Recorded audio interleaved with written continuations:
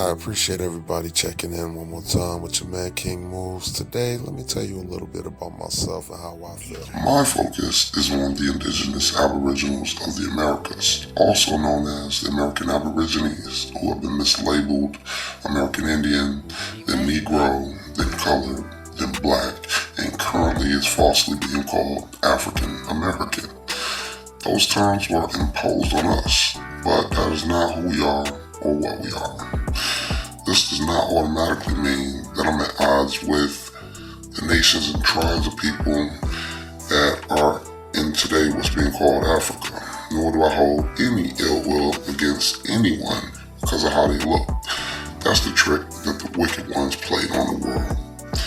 So as far as my page, the term King Moves is a chess game reference. In chess, the king has to make power moves for survival. He has to be able to read the board and anticipate the other players' moves. The whole time, the king's people are trying to protect the kingdom. And we all know the queen is the star of the show with all moves. And finally, at the end of the game, one side checkmates the other, right? And to me, that's us. That's what we're doing right now. We're on the board trying to win. Everybody has a nation but the Negroes in America. Everybody has a nation. This is a bold statement, but nobody else can say this. Everybody has their own country and land but the Negroes in America. 40 million people. You know, it's a lot of Negroes just in New York, in Cleveland, Baltimore, Washington, California. It's a lot of black. Woo, that's a whole nation. 40 million, man. They don't tell you the truth about that. They want us to stop having babies. They I give thought them it was birth 20 control. million. They're paying black women It's not 40 to have babies million, not now. 20 million? Yeah, they're paying black women not to have babies now. They got all kind of plans to stop our race. We are those who were dead for 3 days, meaning 300 years. That was a parable. You don't understand it. Didn't no dead man get up and rise, and ain't no dead man gonna rise. The mentally dead will rise. When I'm dead, that's it. My son will carry on, but you really don't believe that. And once you hear the truth, you don't want no pie up in the sky after you die. You want something sound while you're still around here on the ground. Today, I want to talk about the West Indies. And they call it the West Indies, but originally America was called India, Los Indias. As you see, that was the laws for Americas. And, you know, even back in the original term, nigger, went to the American Indians because they were Negro, dark skin, all right? In this, Jack Forbes discussed how Negroes were the original Indians. Let's see, the terms Negro and Indios were used interchangeably to describe the natives in the journals of early missionaries who could not have possibly been referring to Africans. From 1549 to 1565, the letters of the Jesuit missionaries in Brazil, usually addressed to the colonies in Portugal or Spain, frequently refers to the Americans as Negroes. In April of 1549, Manuel de Nobrega, the leader of the Jesuits, addressed a letter from Bahia to Samoa Rodrigues and Lisbon, in which he refers to the Portuguese in Brazil as living in sin because of their having many negras and lots of children by the said black women. Thus, the Jesuit father called the American women living with the Portuguese men negras, a term which, according to Late, could not have denoted people from Africa, because in 1549 there were few or no African women in Bahia. Nonetheless, Nobrega uses the word Indio. When Africans are referred to in the Jesuit letters, they are always called Negros de Guine, blacks of Guinea, to distinguish them from Negros de Terra, blacks of the land, or Americans. So right there, they were calling black people the Americans first. That's coming from the Jesuit letters. Now let's talk about the definition of Indios. Indios were defined as native indigenous people in all the Spanish America and Asia possessions. During the Spanish colonial period in the Mariana Islands, 17th through 19th centuries, the Chamorros people were classified as Indios. In the Spanish racial hierarchy, Indios were the lowest ranked group. Now, who has always been rated the lowest ranked group since they started all of this mess? Now, here's a reference in how the word Indio is applied.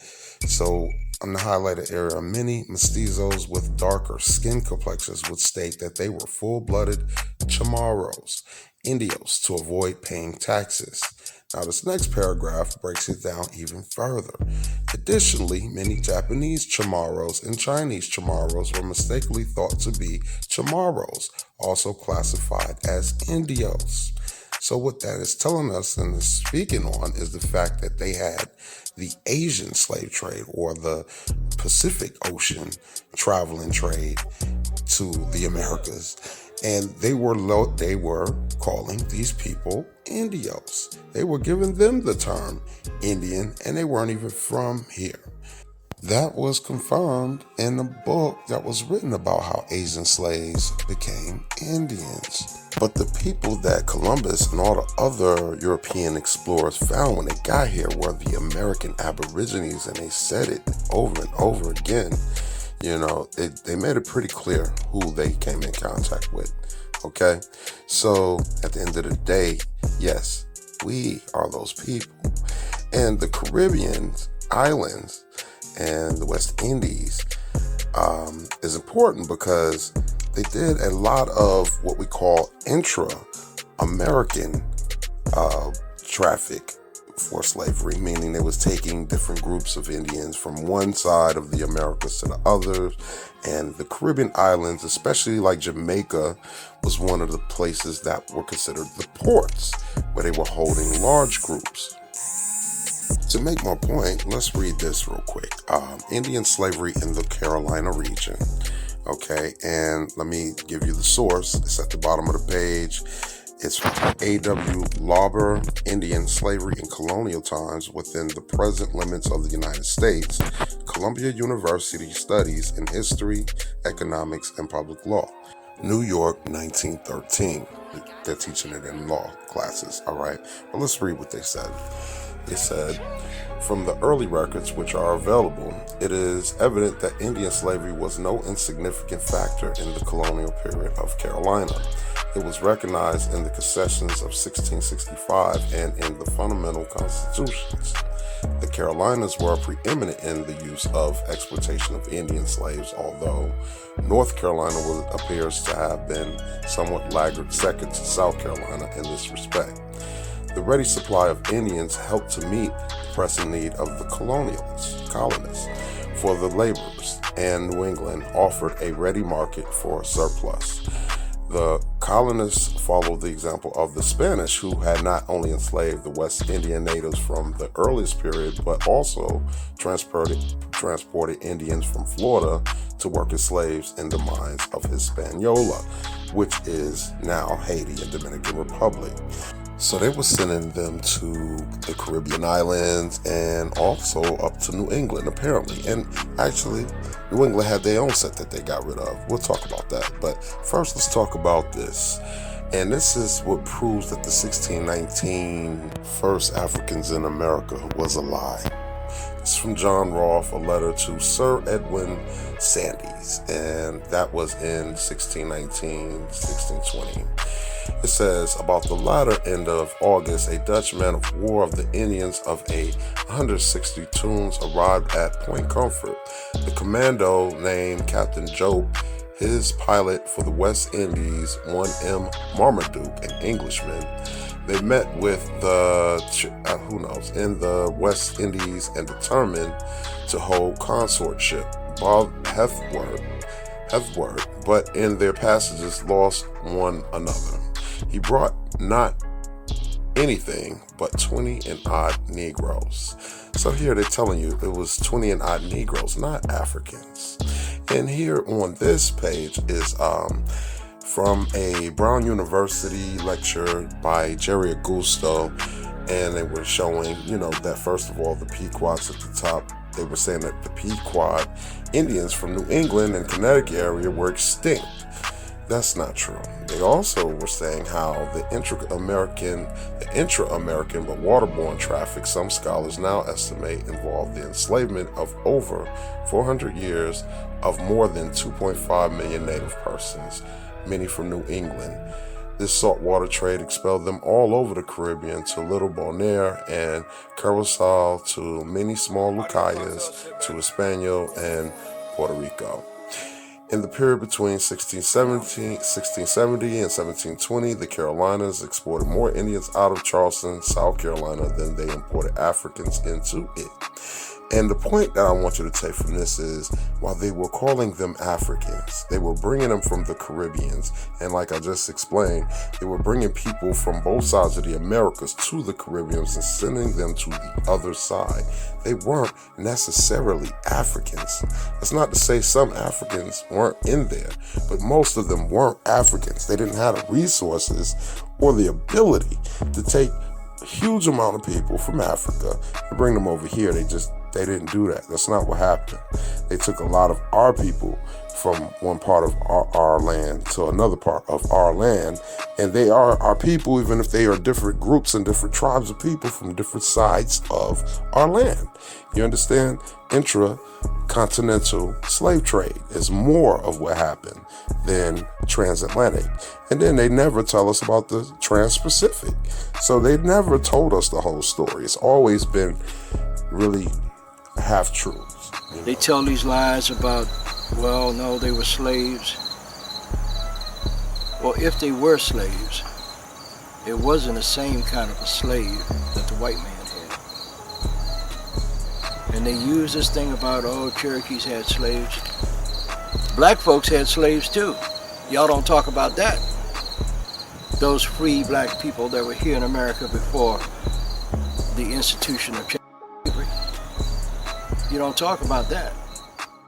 Mr. Nightwolf is absolutely correct. Prime example, this man, Anthony Johnson, one of the first people in colonial Virginia to actually own a slave. And there is a court document on the side of his picture of the decision that was made back in 1655. All right, continue. So, over the years, that relationship, that family stayed intact until lately, in the 1900s.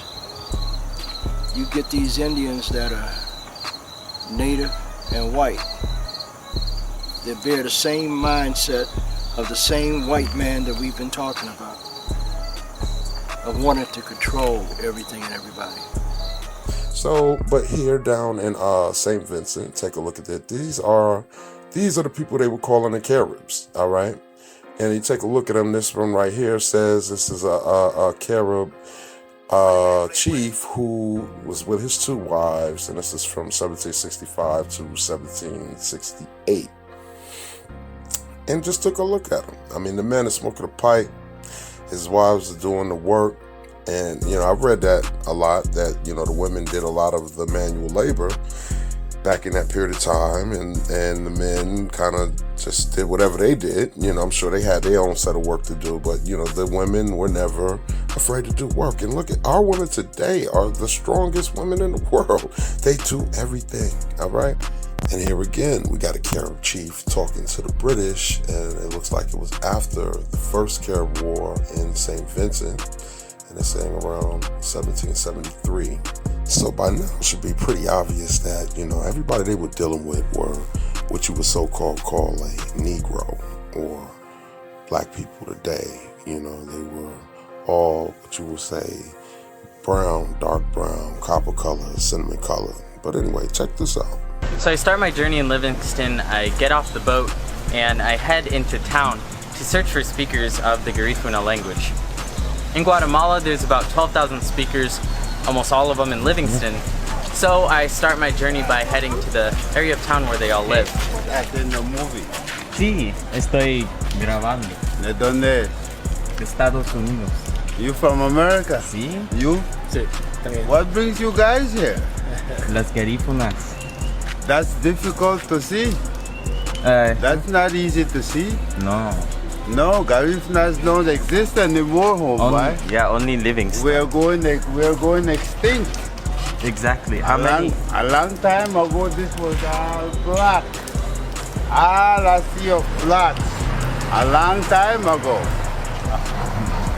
No, es que that language is a mixture of French and Arawak. Right. The Arawak. And Carib, right? A little Carib. Why Carib? I think, were they like mixing with the islanders? that it? Who are the Caribs? They're from South America, right? Or like the Guyanas. Yeah. And the Well, Guyana. who are they? I'm not sure. You have to do your history, friend. Yeah. Where do you think the black people here come from? I don't, I'm not sure. It's either like slave ship or they came from Africa, right? What do you think? We've never been African. Never. We've never been African. We've never been African. Never. We've never been African. They don't really say on. We're not really African. We're the Caribs. Right. We are the Caribs. Maybe. Our ancestors are the Caribs. We man this, we control this, we inhabited this. Yeah. The sea was named for us, the Caribbean. We are the Caribs. So as you can see, people from the Caribbean islands and Central and South America, and even like the bottom of North America, these folks understand, these so-called black people down there understand they're not African. They understand that their ancestor and their lineage does not stem from Africa. Most of the institutions know that we are the Aborigines, or the American Aborigines, or the Aboriginals of America, or the indigenous Aboriginals of the Americas, because they found us everywhere that they went on the land. And this is our land. And you know what? We don't even have to get mad and argue with anybody about this, all right? The artifacts tell the truth. You know, when they try to get mad and lie, it's always artifacts that you can pull out that will tell you and them and your children and their children who the so-called black people in the Americas actually are. We are not all from slaves. We're not all from Africa. In fact, most of us are not from Africa. Some Africans were brought here, but we're not African. So stop calling us Africans or African Americans. And it's not about Africa. Not that we have beef with people from Africa. They're good people. There's some great people in Africa and from Africa, okay? The point is simply that they lie to us about who we are. And that's because this is our land and they want it and they still don't have it legally. It's ours. We have to use strategy and foresight to outmaneuver our opponents. And speaking of who our opponents actually are, that will be these systems that were created to control and indoctrinate us all. There's a bunch of them in concert together. It's not just one or two, it's quite a few, and they've taken a lot of time to build them. Alright, so I'm arming our people with knowledge and verifiable facts that I break down into factoids, and that's why I call the page King Moves Factoids. This information should be used to elevate our minds and our spirits. We have to pay attention to the whole board. We need to use our energy on being productive and positive. We do not need to use this information to create more division. If you're here, I would like to think that you too are on a journey for the truth. And as we begin finding new truths, we will apply it in appropriate situations. These factoids or truths are to uplift and strengthen our minds. Then we can uplift and make all of our people stronger. While we're learning this information, don't forget the fact that almost everyone was equally as miseducated as we all have been, and that was intentional. These systems of government, religions, and media are manipulating and controlling the masses. To be clear, I'm not a religious person and I haven't been since my childhood, but I respect people's right to their own beliefs. This page is about knowing or knowledge, and sometimes it will disrupt some people's beliefs. I want you to know that I see the agents of misinformation and confusion and division in the comment section. And to those agents, just know that haters and trolls get no love on this page. I also get that some folks don't understand or want to believe this information. And to those, I say at all times with everyone else who shares information, definitely do your own research on a topic if you're interested in it. That's the only way you'll begin to understand the true damage that has been done to all of us. This page is public for a reason. There is nothing to hide. I want everyone to consider what the information means. I do not condone hate, prejudice, lies, or any other construct created to divide people. The fact is, everyone has been lied to, and we don't need to imitate what's been done to us on to others. We need to be the ones to bring it all to an end. And by we, I mean the good people amongst us. Good people aren't any specific racial category or gender. Good people doesn't mean you're a religious person or you're always nice or that you're perfect. Being a good person comes from your spirit, and that's it. The type of spirit you are controls your actions and how you treat others. Your ability to empathize and sympathize with other forms of life. Peoples, animals, vegetations on earth. They're all good. They're good and bad people in all walks of life, you know. This information, we can live in our purpose and take our proper positions with it, you know what I mean? One thing everyone forgets is that people are now and always have been the power. Most just don't know that and don't know how to use it. This information is complicated and can be heavy on your mind. I recommend while you're learning this stuff, you take your time and you balance yourself while you're taking it in. Leave room for new information and possibilities. Do your best to not be biased or don't let anyone keep you from thinking for yourself. We need to be able to work together as a unit. Everyone should be their own individual, meaning we all have our own minds. That should be respected as long as you're being respectful to each other. I do this for good people who want us to be better, not for those looking to clown and put each other down. It's time to separate from the wicked ones. They don't want peace or harmony or unity or for people to feel good about themselves. Their job is to keep people vibrating on low energy and frequencies. In order to keep us under their control, they need us to be angry or afraid or confused or disorganized. But guess what? Their time is up. From this point forward, we will all have to continue to learn. We will all need to continue to teach. We all need to follow the truth, and we all need to lead. Respect our goals, embrace the common interests, and not harp on the differences. Let's actually solve these problems. It is going to take many families, many clans, many tribes, and many nations. But this is extremely important, and it needs to be done. The only true laws of the earth are the natural laws, and the first one has to be respect.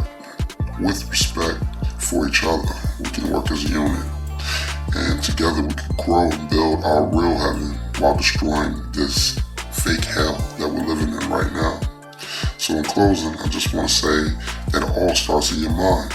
Either you will take your freedom or you're going to stay confined. The truth sets you free, my people. Seek the truth and destroy all lies. And that's what we're about. The face of truth is open. The eyes of truth are bright. The lips of truth are ever closed, and the head of truth is upright. The breast of truth stands forward. The gaze of truth is straight. Truth has neither fear nor doubt. Truth has patience to wait. The words of truth are touching. The voice of truth is deep. The law of truth is simple. All you sow, you reap. The soul of truth is flaming. The heart of truth is warm. The mind of truth is clear and firm through rain and storm. Facts are only its shadow. Truth stands above all sin. Great be the battle of life. Truth in the end shall win. Life of truth is eternal. Immortal is its past. Power of truth shall endure. Truth shall hold to the last. I'm going to leave it right there, people, and I hope you keep on the journey with me for the truth. That's what I'm looking for. Hopefully that's what you're looking for. And we're going to get that truth. And we're going to apply that truth to reality today and make it work for us right now and build. We're going to build, my people. We got to build. You know what I mean? We got to outthink the algorithm. And that's in life. Time to bust open the matrix. All right, y'all. Till next time. King moves. I'm out.